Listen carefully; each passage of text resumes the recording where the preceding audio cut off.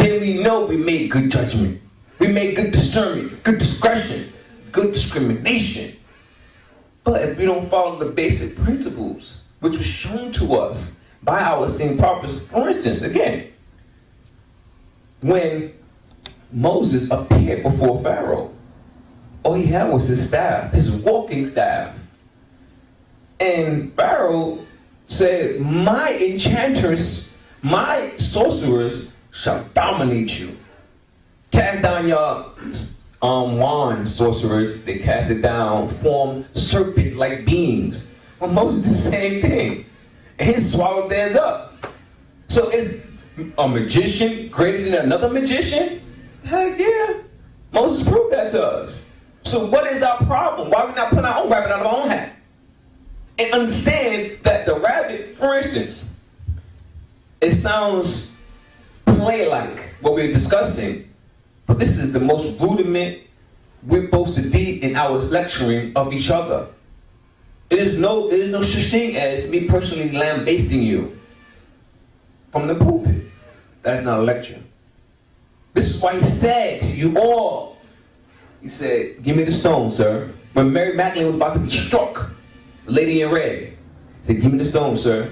Who is ye free of sin that you may cast the stone? So the stone again plays a pivotal part. It played a part of self-judgment, self-retrospection. So if you have these 12 stones in your heart, you would know if you had the ability to cast it. If you knew it essentially in your heart. Evidently they didn't have it in their heart, so it was not cast. So he dropped it and freed her and went about his business. Can we do that today with liberty?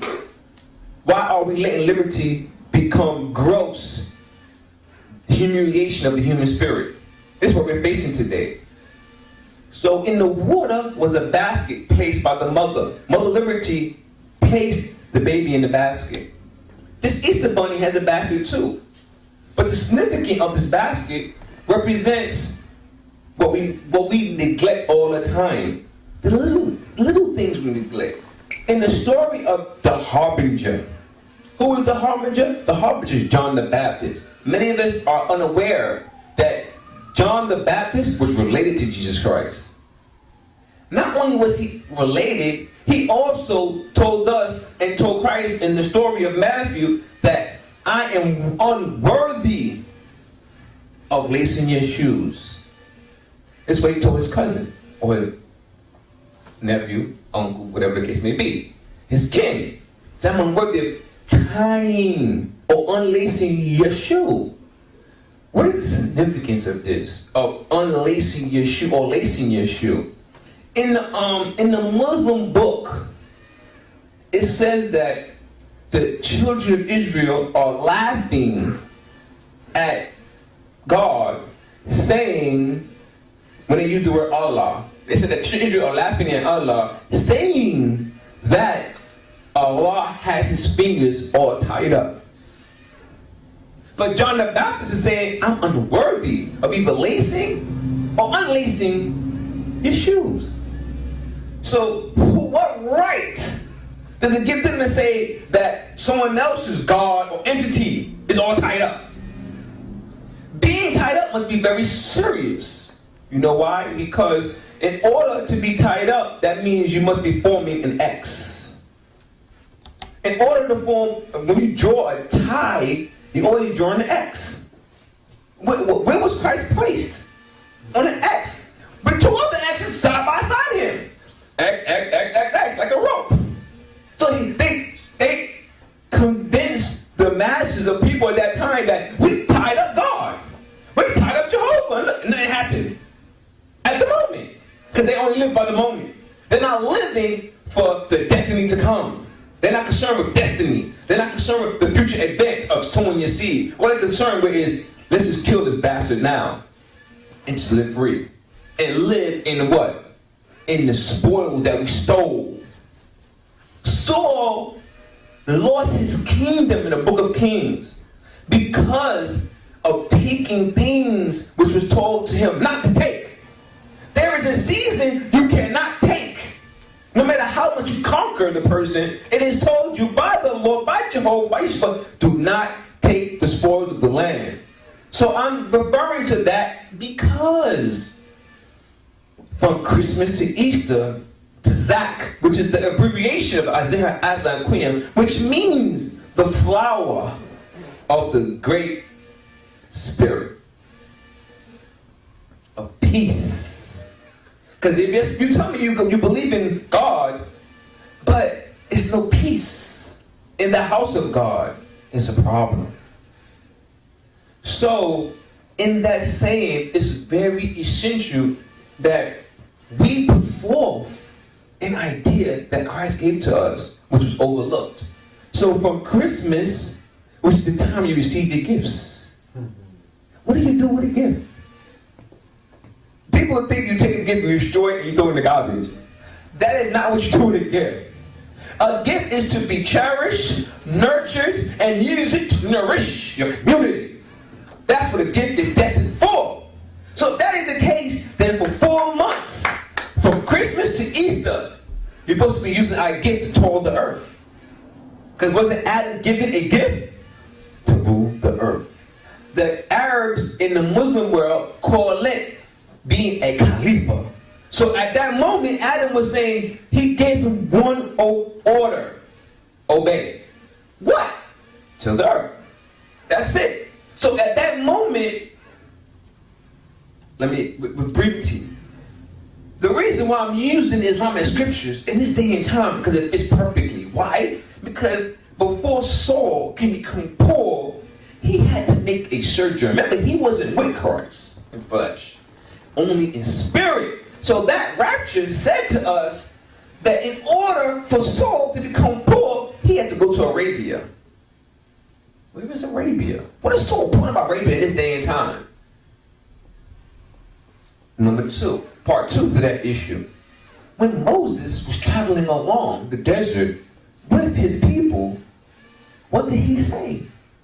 Did a fire just all of a sudden call out to him? No. He saw the fire and said, I will go over there and find some coal and some wood to bring back so I can warm you up. He's going to find something by the fire because he figured in his mind, his intelligence told him that if there's fire, there's a campfire. There's a campfire, there's people. If there's people, they will share some of their fuel so we can have fire too, to warm our bodies, to cook our food with. So he went over there and he heard from the fire. In Central America, one of the most beautifulest things that we used to do was called powwow. We would set up a fire of a teepee and we all would gather together and do what? Council. A council of elders would occur. And the young child would do what? He would run over there and listen and leave his stool there. And move whatever the elder told him to do, he would do it. Not just something to him, but he was learning. He was learning what it is to be amongst the elders. Was that Moses' situation? Being amongst the elders? And learning from them to go back to his people with a message written in stone? Very important, these stones. Because in these stones, Isaiah said that there will be stones in Egypt, in the land of Egypt, which shall shine as a light to the whole world.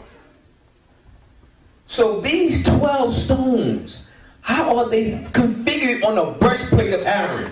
On my first holy gathering, I expressed that. I said there was light and light in death. That was the name of the title of the speech. Light and light in death. That's the same thing as saying there was love and hatred. This is where Moses went, to hatred, but yet he found love. And was taken care of. He was a young white man and made a prince of the land of Egypt. In this scenario, let's go back to the basket which we must put our eggs in. I want to hold that for a little while before we go somewhere else. Every time we see the story of Jesus and John, they're always telling that basket before the end of their life cycles, according to the scriptures, that I'm leaving you, I'm going somewhere. And they would always walk off to the seashore and jump in a boat, fly off. And no one could find them. A boat was treated like this basket and was put in the river, the Nile River, to travel up the Nile, to the Pharaoh's house. So it acted as a boat. But what is so significant of this boat? Again, one of the greatest boats, or the first greatest boat of all time, was during the time of Noah. Noah, it was taught, preach to the people of the coming destruction of the land. Stop your wicked ways. Stop the wicked things you were doing. People would not listen. So what happened to them? In death there was light and was life. The Lord told Noah, or Noah in Arabic, take up 2 each animal and bring them to the boat. Close the boat up, and the land shall be full of water. So Moses represents all the animals and all the people on that boat. Why? I'll give you a little example. The word Moses means Moshe. Moshe, if you take away the Shah and the Moses, the E from the Moses, you have M-O-S. If you just put in the vowel system A and an extra S, you have mass. Mass was used for gathering of people for holy reasons. But it wasn't for that purpose though. Mass originated. Mass originated from the word Maz, which represents fallen debris from heaven. This is in the book of Judges. Judges. When it spoke about debris falling from heaven, which was considered meteorites or asteroids. So what makes that so important is that in this scenario of mass, it doesn't only mean rocks though, it means rain too. When this rain fell onto the earth and wouldn't stop, that was the holy energy of thy Father or thy Lord that caused it to rain upon the earth and swallow up the earth. And the swallow of this earth, the earth meant, or the inhabitants of the earth meant death. So when Christ met his cousin was like, yo, I'm not worthy of untying or tying your laces. So what happened? He said, hold up, bro. Oh, cuz, I want you to baptize me. And because of that ritual, we have the Baptist church today. So that ritual is the same thing with the earth when it was engulfed in water. He took Christ and put him in the water, swallowed him whole. Because you know why? Christ's boat was that major. And that major was that star system that protected him. So he could, when he got up out the water, he didn't hear anything at first. Everyone knows light travels faster than sound. What did he see? He saw what Noah saw. That dove. And that dove signified the light. It signified salvation. It signified security for his people and for his being. And the reason the number 12 is so significant is that we can't deny that there is a Hebrew zodiac. And it's called Koshevin in Hebrew. It's in the book of Job. And Job argued about it. And it was calling it the Mazaraf. The seasons of Mazaraf. So in this scenario, here we have the zodiac being discovered or being taught to Noah. 2 each animals. And the significance of that is inside of the Hebrew calendar and the Arabic calendar. They both have a calendar. One is called Kushevim and one called Al-Baruj. And those 2 calendars depict 2 different manifestations of the zodiac. And they both are in sync with each other because in the Quran, in Surah 14, the first word is called Al-Ra. Al-Ra in Hebrew represents the Elohim. Elohim represents the 7 churches, the 7 angels, like those who blew the 7 horns. The Elohim was called God in Hebrew. Al-Ra, when you read the Arabic, means the same thing. Then when you read the zodiac, the Al-Baruj zodiac, you see the 7 angels. You see them. You can even read in ancient Hindu what they first said. What was their inspiration to the zodiac? So here we have 2 worlds, twin worlds, tearing apart each other. Ishmael and Isaac. Are we going to continue to run the same gamut and allow our Christian faith to tear asunder these 2 worlds? Guess what we're doing? We are allowing Isaac to use us to fight Ishmael. Ishmael is directly linked to Esau, Jacob's brother. Who is Israel? Jacob's brother has to have a point of salvation or redemption for his soul. Regardless if he sold his last piece of morsel, selling his fate or his right for a piece of morsel of bread, he should still find salvation. Because that's what the Lord Christ said to us in Matthew 24. He said, give of what you have to those who don't have. You shouldn't hold their rights, their birthrights over them. And this is what's going on in this day and time. Our birthright has been stolen from us, has been duped from us, from a Jacob-type scheme and manner. You say no? Yes. In order for Isaac to be deceived, Jacob had to transfigure himself. He transformed himself to something else. He said, I'm going to put on a coat of hair like my brother. I'm going to don the same smell like my brother. So when my brother goes to reach out for me, because my father can't see it. So this is why I said we need to form a galactic enterprise. Because Mercury represents sight. Venus represents feel. Those two planetary systems were destroyed when it came in between father and son. Because he couldn't tell if Jacob was Esau, Esau was Jacob. So Jacob stole the permission of the blessing of thy father from Esau. Yet he wrestled with the angel again later on in the scripture. These fine points are so essential because you know why? The wrestling didn't happen on earth. So the wrestling happened in heaven, and Lucifer desired in heaven to sit on the throne of God among and reign in the stars. The zodiac is where the stars are located. This is what Job was talking about, the stars. You cannot count the seasons without counting the stars, the traveling star system.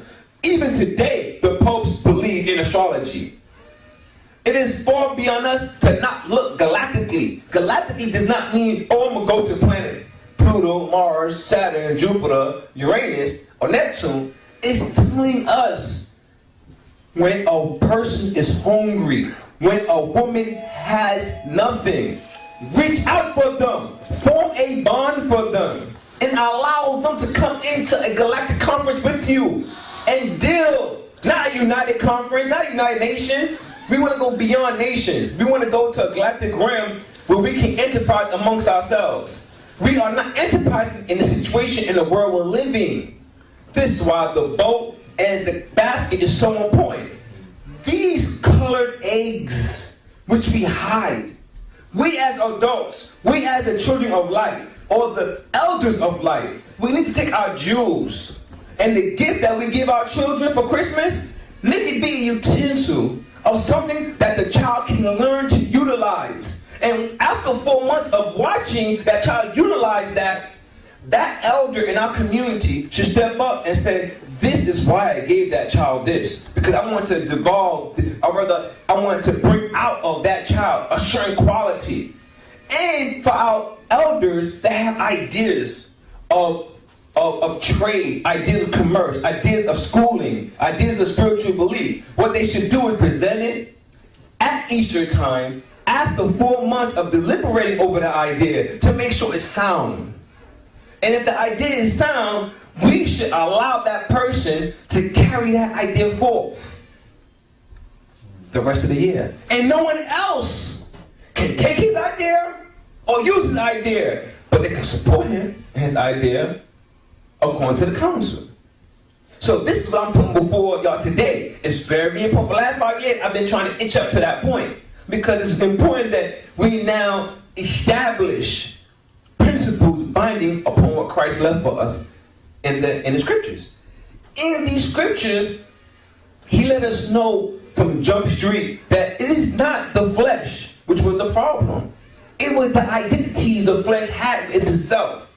We do not acknowledge who we are with our own being.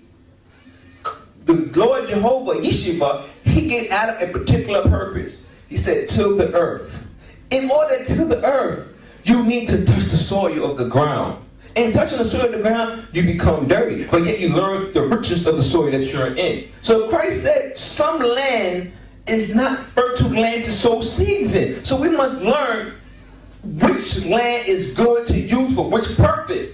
Every one of us individually are not going to agree on the same idea or the identity of an object. So it's essential that we have something that we can judge by. So he said these stones you can use because these stones were extracted from an angel, which was associated with man. Now, who is this angel in the book of Revelations that was associated with man? This is very important. This angel that was associated with man was revealed to Isaiah, was revealed to Moses, revealed to Mary, was named Gabriel. Gabriel, anthropomorphic form, was half man and half eagle. What is so significant of eagle? The eagle comes in the constellation of Ahua, which is Scorpio. And this is Gabriel. And what's so beautiful, the eagle represents the dawn, the early morning. The eagle does not come out in the late afternoon. The eagle does not come out at nighttime. The eagle does not come out in the burning sun of the evening. The eagle is a morning creature. The eagle is the being that looks straight into the sun, but early in the morning. The eagle shows you the difficulty of Michael's war, Archangel Michael's war with Lucifer. Why it shows you that? I'm going to show you how it shifts the bunny as well. Because if the eagle is the dawn, and the dawn represents Lucifer. Lucifer means in the book of Isaiah, the son of the morning. Not morning star, the son of the morning. The word morning means obligatory. Morning to evening, evening means west waters. And it means it only is good if it's obligatory in the west waters, then it's good. The word good is where we should be looking for in our leadership. If there's no good in our leadership, then it's not leadership. We cannot follow leadership for financial prosperity. And this is the vain effort that we're trying to make. This is why the Sodom and Gomorrah can beat down our doors. Because we are not looking at the goodness of reality, the goodness of a thing. In the scenario of the eagle, here we have acuteness. Sharp acuteness to the duty and obligation to follow out from the start of the day. The word Asher means good. What's so significant about that is that in it being good, in Arabic, the number 10 means Asher or us, which means good in Hebrew. And the day was good. Also in Hebrew, Asher means left. But in that language of the hieroglyphics where Moses was placed as a child, it said that Moses grew up in the house of Pharaoh and learned all the wisdom of Pharaoh. So when Moses, who is the actual one who written down the Torah, who wrote down the law, with the help from the angel Gabriel, he wrote the word for us, Asar. So was he using Osiris, the Egyptian entity of corn, the Egyptian entity of resurrection, as a purpose? The Egyptian entity of Asar, every time you see his picture, you see him with his hands crossed. In this essence, when your hands are crossed, your left hand is under your right, but it's on your right side now. So your left is being protected by the right. Also in Arabic, Asir means hidden. Hidden, what's hidden? Why is Osir considered to be hidden? Because it is good. Why is it good? For one reason, it binds you to the principles of righteousness. The right hand, which when the Lord said, when he shall judge you and bring forth the punishment of destruction for justice, it shall be with the right hand. The right hand means Sahib in Arabic. In Hebrew, which is the number 2, is Chesed. Che means to distribute in Hebrew. And seed, or sahib, means good. What are you distributing? Good. You are to distribute good, which was the command given to Adam. Distribute good on the earth. And when you distribute good on the earth, all you till and toil would be good. As above, so below. But the problem we have here is that we miss out. If Asher is number 10 in Hebrew, the number 10 in Hebrew has a circular design to it, shaped like an egg. So when you put it, what you going to put in your basket? When Asher was killed by his evil twin brother, was it, right or wrong, was it Jacob, Esau's twin brother? Did not Jacob steal his brother's blessing, his birthright? When you kill your brother, what are you doing to your brother? Cain, what are you doing? You're taking his birthright.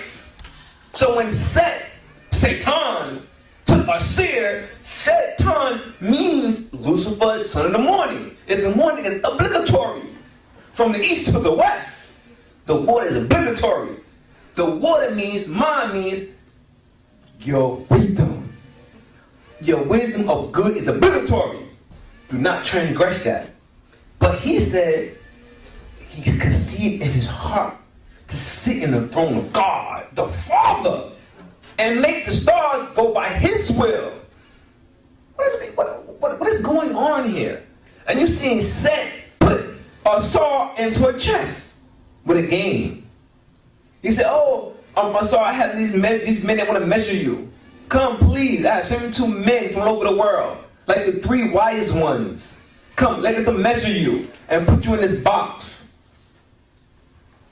And this is what happened with Moses and Christ. You saying, how so? Because a chest is also a basket.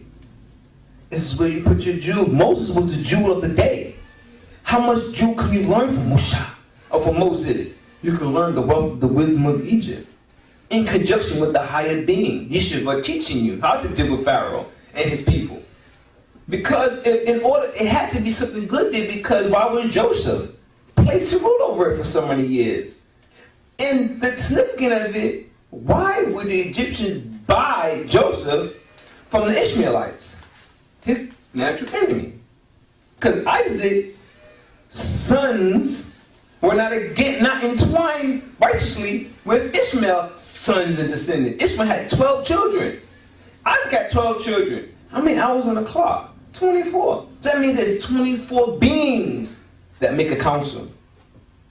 When are we going to make, by these 4 months, make a council amongst us to deliberate amongst ourselves and be like, all right, well, this season is going to be yours if you can show and prove that what you have to offer is right and exact. And we let our young children of light, discover those jewels from what you have sold, what you have hidden around the atmosphere, so that when they pick up their basket, when they understand that the zodiac itself was put in the basket, when they understand that Christ himself was put in the basket, when they understand that Moses was put in the basket, that Noah was put in the basket, that they would be able to get from this basket enough jewels. And why is it jewels? Let me tell you why it's jewels. A ruby is the color of red. And gold is the color of yellow. And you have brass, copper, which is color of brown. Also gold, but a little browner. Bronze. So when, as a child in school, we were all taught to do what? You better bring a dozen of eggs and paint your own eggs. If you didn't have your own eggs, you couldn't paint nothing. I remember when you use my eggs. I didn't use my eggs. You can't. You get the free paint from school, but you got to bring your own eggs. So that was the story. You had to bring your own eggs. So a saw represented the symbolic nature of a circular. Mission number 10. Number 10 represented egg.